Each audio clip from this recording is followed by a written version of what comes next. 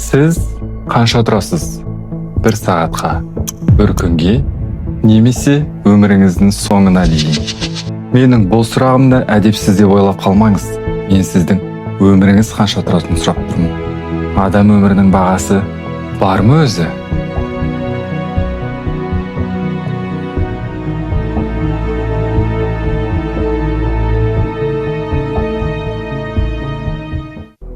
Бұрын адам өмірінің бағасын анықтау қиын емес еді. Мысалы ақшта қара нәсілді құлды алайық. Ол кәдімгі зат сияқты болған.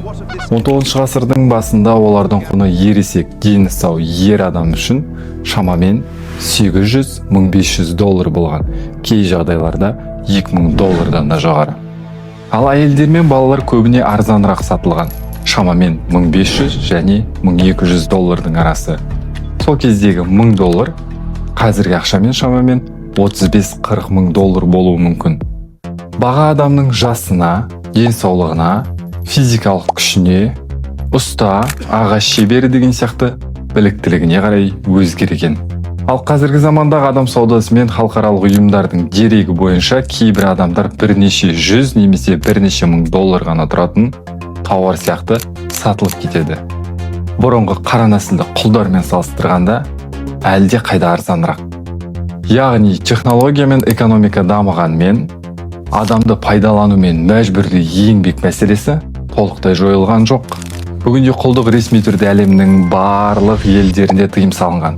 Бірақ соған қарамастан қазірде шамамен 50 миллион адам құлдықта өмір сүріп жатыр. Бұл адамзат тарихындағы ең үлкен көрсеткіш. Адамзат жасанды интеллектпен жұмыс жасап жатқан заманда адамдар бірін-бірі ақшаға сатуы өте қорқынышты нәрсе. Бірақ бұған сұраныс бар. Адамдар құдды бір айналымда жүрген тауар сияқты, және бұлай тек адам саудасымен айналысатындар ғана емес. Сіз өмір сүріп жатқан мемлекет те солай қарастыратын сияқты. Өйткені біз неғұрлым көп жұмыс істесек, соғұрлым көп салық төлейміз. Мемлекет сен үшін балабақшаға, мектепке, университетке ақша жұмсайды. Кейін сол шығындарды салық арқылы қайтаруды жоспарлайды. Мысалға, қазіргі кезде Қазақстанды алайық. 4 жылда балабақшадағы бір балаға мемлекет бюджеттен шамамен 2 миллион субсидия жұмсайды. 11 жыл мектепте орташа есеппен 6 миллион, 4 жыл университетте шамамен 5 миллион. Барлығын қосқанда шамамен 13 миллион теңге шығады. Яғни, бір қызметкер дайындаудың бағасы осындай болады. Мемлекет саған инвестиция жасайды да кейін оны салық арқылы қайтарып алады. Ол үшін адамдардың өмір бойы қанша табыс табатынын есептейді. Орташа қазақстандық азамат айына шамамен 250 мың теңге табады.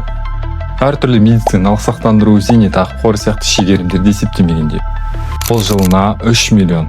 Егер оны зейнетке шыққанға дейінгі 40 жылдық жұмыс өмірін көбейтсек, инфляцияны есептемегенде шамамен 120 миллион теңге шығады. Бұл көп сияқты, иә? Үлкен қалада жақсы бір пәтер алуға жеткілікті. Бірақ адамға 40 жыл ішінде тамақ, киім, жол ақысы және басқа да шығындар керек қой. Қысқасы бұл аса көп ақша емес.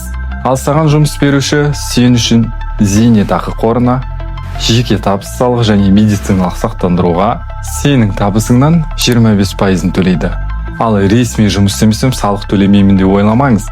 Өйткені әр тауардың бағасына 12% қосымша құн салығы әлде қашан қосылып қойған. Оған қоса алкогольге, темекіге, бензинге салынатын акциздер, көлік, жер, мүлік салығы бар. Жалпы есептегенде орташа қазақстандық табысының шамамен 40%-ын мемлекетке береді. 120 миллионның 40%-ы шамамен 48 миллион теңге. Яғни, мемлекет адамды оқытуға 13 миллион жұмсап, кейін одан 48 миллион табыс көреді. Мемлекет үшін адам өзін-өзі ақтайтын инвестиция сияқты. Шамамен 35 жасқа келгенде адам өзіне кеткен шығынды толықтай ақтап, мемлекетке пайда келе бастайды. Сіз мән бермеген шындық осындай. Бірақ адамдарды адам күйінде емес, басқаша сатса қанша болады? Ең бірінші, заңды және қайта қалпына келетін нәрседен бастайық. Мысалы, шаш. Ұзындығы 50 сантиметрден кем емес, ашық түсті шаштың 100 грамм үшін 50 мың теңге береді. Қоңыр шашты да сатып алады, бірақ арзанырақ, шамамен 30 мың теңге. Қара шаш мүлде арзан, 20 мыңның жобасы. Тағы да не сата аласыздар? Әрине қан. Ағза ішінде шамамен 5 литр қан болады. Қазақстанда бір рет қан тапсырған адамға шамамен 5000 теңге өтемақы беріледі. Бұл шамамен 500 мл қан үшін. Демек, бүкіл қанды есептесек, бар болғаны 20 мың ғана болады. Бірақ адам ағзасында бұдан да қымбат сұйықтықтар бар. Иә, мен шәуеттер мен жұмыртқа жасушалар туралы айтып тұрмын. Егер сен ер адам болсаң, өзіңден шығатын биологиялық материалыңды 20 мыңға сатуға болады. Көп ақша емес, әрине. Ал әйелдерге әлде қайда көп төленеді. Кейде $1000 дейін. Өйткені жұмыртқа жасушаларын алу қиынырақ, сақтау күрделірек және олар сирек түзіледі. Ал ары қарай ағза саудасы басталады. Міне дәл осы жерде ең қауіпті әрі заңсыз аймаққа өтеміз. Қазақстанда және әлемнің көптеген елдерінде ағза саудасына тыйым салынған. Бірақ қара нарықта бір өкпе үшін шамамен $100,000 дейін береді. Жүрек пен екі өкпені бірге жинақ ретінде сатуға да болады. Шамамен $150,000. Бауыр үшін де осынша ақша төлеуі мүмкін. Бірақ тек алкоголик болмасаң ғана. Көздің қасан қабағы шамамен $10,000. Ал бүйрек $200,000 дейін барады. Бүйрегін сатып, iPhone алған қытайлық жігіт туралы естіген де шығарсыз. Ол iPhone 4 пен iPad X сатып алған. Кейін мүгедек болып қалған. Адамдар тіпті сүйектен ақша табады. Оларды кейбір сайттарда заңды түрде сатып алуға болады. Мысалы, аяқ сүйек шамамен $500, толық қол сүйегі $1000, ал әдемі бас сүйек $1200 тұруы мүмкін. Сонымен егер адам денесін толықтай бөлшектеп сатса, қанша ақша табуға болады? Қара нарықта бір адамның ағзасы $1 миллион дейін бағалануы мүмкін. Осыдан өте қорқынышты ой туындайды. Кейде өлген адам тірі адамнан қымбат тұрады. Тек операция бөлмесімен бірнеше сағатта ағзаларды алып үлгеретін дәрігерлер тобы болғаны. Ал миың қаншалықты ақылды болсаң да, ол ешкімге керек емес. Өйткені оны басқа адамға орнатып қою мүмкін емес. Сондықтан миыңды тек сувенир ретінде банкаға салып алып қалсаң болады. Енді елестетіп көріңіз. Біз барлық елдің экономикасын 2 есе өсіретін технология ойлап таптық делік. Бірақ оның бір жанама әсері бар. Ол күн сайын 3000 адамды өлтіреді.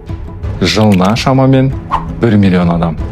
Осындай технологияны әлем елдері қабылдар ма еді? Бірақ шын мәнінде мұндай өнертабыс әлде қашаннан бар. Оның аты автокөлік.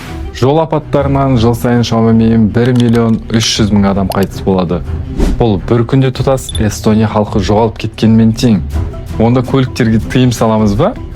Немесе ең болмаса жылдамдықты азайтайық. Міне осы жерде экономика іске қосылады. 1974 жылы ақш-та ұлттық жылдамдықты шектеу енгізілді. Сағатына 55 мильден артық жүруге болмайтын. Бұл шамамен 89 км сағатына. Нәтижесінде келесі жылы жолдағы өлім 15% азайды. Шамамен 10,000 адам аман қалып үйлеріне оралды. Бірақ экономика зардап шекті. Адамдар мен тауарлар баяу қозғала бастады. Сәйкесінше ақша айналымы да төмендеді. Сондықтан 1987 жылы жылдамдықтың шегін 65 мильге көтерді. Ал 1995 жылы бұл заңды мүлде алып тастады. Соның салдарынан жыл сайын тағы 12,5 мың адам артық қаза таба бастады. Яғни, кей жағдайда автомобильдер экономика үшін адам өмірінен тиімдірек болып шығады. Осы жерде тағы бір сұрақ туады. Адамды құтқару үшін қанша ақша жұмсауға болады? Мысалы, коронавирус кезінде мемлекет сенің емделуіне ақша бөлді. Бір науқастың емі шамамен 500 мың теңгеге бағаланған. Бірақ кез келген нәрсенің шегі бар. Егер науқастар тым көп болып шығып, өкпені жасанды желдету аппараттары жетіспесе, не істеу керек? Мұндай жағдайда дәрігердің кімнің өмірін құтқаруға болатынын таңдауға мәжбүр болады. Осындай қиындықпен көптеген елдің ауруханаларында бетпе-бет келді. Италияда дәрігерлер адам төзгісіз режимде жұмыс істеді. Нью-Йоркте мәйітханада орын жетпей, денелерді арнайы тоңазытқыш жүк көліктеріне сақтауға тура келді. Осындай жағдайда кімнің өмірін сақтап қалу керек екенін қалай шешті? Дәрігерлер адамның алдында қанша жыл өмір сүре алатынын қарастырды.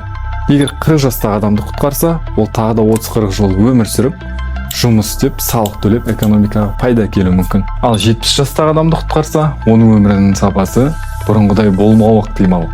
Оның үстіне ковидтен бөлек басқа да аурулар болуы мүмкін. Қалай ойлайсыздар? Олар кімді таңдады? Бірақ адам өмірі үшін күресу тым қымбат болып есептелетін шек қай арада? Мынандай қызық мысал бар. ақш әскери әуе күштерінің ұшқыштарына Ұшағы зақымданғанда қашан катапультпен секіру керек, ал қашан секірмеу керек. Өйткені катапультпен секірсең, өз өміріңді сақтап қаласың. Бірақ өте қымбат, ұшақты жоғалтасың. Осылайша бір ұшқыштың өмірінің бағасы $9 миллион тең болады. Осындай таңдау бірнеше жыл бұрын да болды. Әлем елдерінің үкіметтері мен Илон Маск Таиландтағы су басқан үңгірде қалып қойған 17 бала мен олардың футбол жаттықтырушысын құтқару үшін $10 миллион жұмсауға дайын болды. Олар үңгірде 17 күн отырды. Ақыры бәрін аман алып шықты. Әрине, бұл керемет оқиға. Бірақ осы жерде этикалық сұрақ туады. Мүмкін сол ақшаны Йеменде, Сирияда немесе оңтүстік Суданда аштықтан өліп жатқан балаларға тамақ пен дәрі алуға жұмсағанда 17 емес, 17 мың адамның өмірін сақтап қалуға болар ма еді? Бірақ онда мұндай қаһармандық оқиға болмас еді. Демек, адамдар нақты біреуді ерлікпен құтқаруды, өздері танымайтын мыңдаған адамды құтқарудан маңыздырақ қабылдайды. Ал егер адамды құтқару мүмкін болмаса ше, онда мемлекет өтемақы төлейді. Егер адам қызмет барысында, өндірісте немесе табиғи апат кезінде қаза тапса, оның отбасы өтемақы алуға құқылы. Осы жерде тағы бір даулы сұрақ туындайды. Барлық адамның өмірі бірдей бағалана ма? Америкадағы ең қорқынышты теракт кезінде шамамен 3000 адам қаза тапты. Банкирлер де, өрт сөндірушілер де, кейін қаза тапқандардың отбасына арналған арнайы қор құрылды.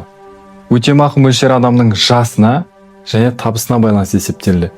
Егер адам жылына $20 мың аз тапса, отбасы шамамен $500 мың алды. Ал жылына $220 мың көп тапса, олардың отбасына $7 миллион дейін төленді. Сонда банкирлердің өмірі өрт сөндірушілердің өмірінен қымбат болғаны ма? Ал өрт сөндірушілер сол банкирлерді құтқару үшін ғимаратқа жүгіріп кірген еді. Адамгершілік тұрғысынан қараса, бәрі керісінше болу керек еді. Бірақ қоғам осылай шешті. Біз өмірімізді айфонмен, пәтермен немесе ақшамен өлшеп жатамыз. Дегенмен, адамның өзі үшін өз өмірі расында баға жетпес. Бірақ қоғам үшін, мемлекет үшін және басқа адамдар үшін адамның өмірінің белгілі бір құны бар. Қаншалықты қатыгез естілсе де, бұл шындық. Видео пайдалы болды деп үміттенемін. Каналға жазылып, видеомен бөлісіп, лайк басуды ұмытпаңыз. Және міндетті түрде миыңызды қуаттап, санаңызды кеңейтіңіз.